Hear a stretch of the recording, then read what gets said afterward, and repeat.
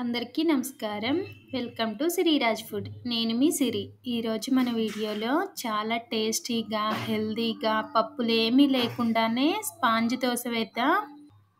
పొద్దున్నే టిఫిన్‌లోకైనా, నైట్ డిన్నర్‌లోకైనా చాలా బావుంటుంది. పిల్లలు కూడా చాలా ఇష్టంగా తింటారు. హెల్తీ కూడా. ఈ వీడియో మీకు నచ్చితే తప్పకుండా like, share and subscribe friends. దీనికోసం ముందుగా గ్యాస్ మీద ఒక గిన్నె పెట్టుకొని ఇందులో 2 కప్పుల వాటర్ పోసుకొని వాటర్‌ని మంచిగా మరిగించుకోవాలి. మనం పోసిన నీళ్ళనేవి మరుగుతున్నాయి కదా! గ్యాస్ సిమ్‌లో పెట్టి నీళ్ళని అలానే ఉంచి ఇప్పుడు ఒక గిన్నె తీసుకొని హాఫ్ కప్పు పచ్చి కొబ్బరి వేయాలి.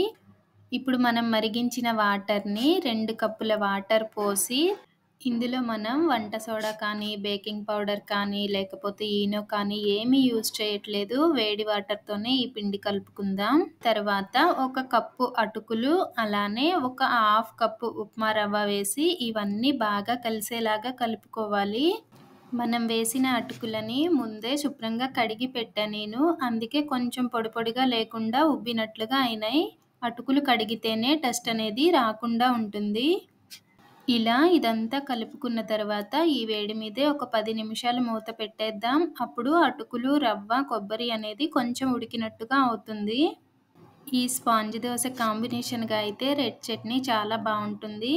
మనం ముందు బాండీ పెట్టుకొని అందులో ఒక 2, 3 స్పూన్ల ఆయిల్ వేసి మన కారానికి సరిపడా ఎండుమిర్చి, ఒక స్పూన్ జీలకర్ర, ఒక స్పూన్ ధనియాలు వేసి వీటిని మంచిగా వేయించుకోవాలి.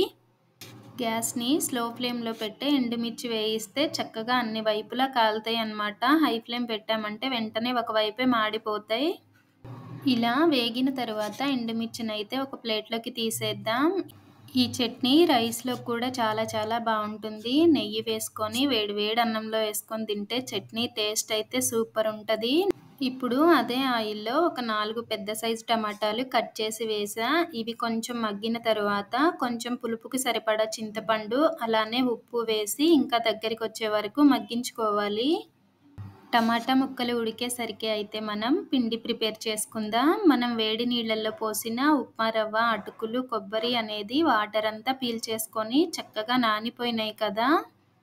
ఇదంతా ఒకసారి కలిపేసుకొని పక్కన పెట్టేసి ఇప్పుడు నేను చూపిచ్చేదైతే రేషన్ బియ్యం అన్నమాట. రేషన్ బియ్యం కూడా ఒక కప్పు నానబెట్టా. ఒక 2 గంటల ముందు నానబెట్టుకుంటే సరిపోతుంది.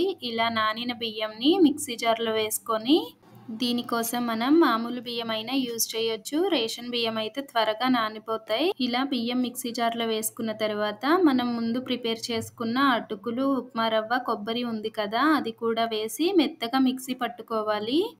పిండనేది మరీ గట్టిగా అనిపిస్తే ఒక చుక్క వాటరేసి మిక్సీ పట్టుకోవచ్చు.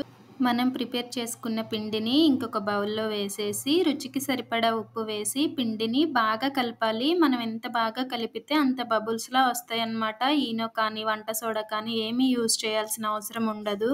మనం ప్రిపేర్ చేసిన పిండనేది ఇలా బాగా కలుపుకున్న తర్వాత మనం రెగ్యులర్‌గా పట్టే దోస పిండిలా ఇలా ఉంటే మన వీడియోలో చూపించిన విధంగా ఉంటే సరిపోతుంది. ఇలా ప్రిపేర్ చేసుకున్న తర్వాత మూత పెట్టేసి ఇప్పుడైతే మనం ముందు ఉడికించుకున్న టమాటాలున్నాయి కదా!